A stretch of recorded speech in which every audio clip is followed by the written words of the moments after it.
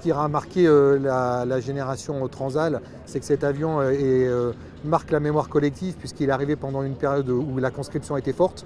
Donc il y a forcément quelqu'un dans notre famille, de près ou de loin, qui a pu voler ou toucher cet avion, le voir dans son espace, au-dessus des campagnes.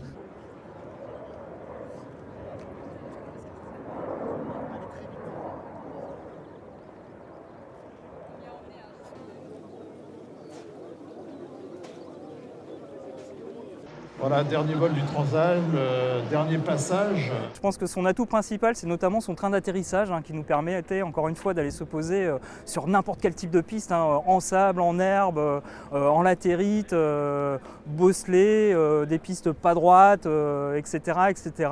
Et la partie rustique, c'est que c'est vraiment de la mécanique, au sens vrai du terme. C'est que nos mécaniciens pouvaient mettre les mains vraiment dans le cambouis et puis nous dépanner un peu à la MacGyver. Un appareil qui était plutôt facile à piloter, qui allait partout, un couteau suisse quelque part, capable de larguer des parachutistes, de transporter des hélicoptères, de ravitailler des avions de chasse en vol. C'était un avion qui ouvrait un large panel de missions et jamais aucune mission ne ressemblait à une autre, donc c'était effectivement un vecteur extraordinaire.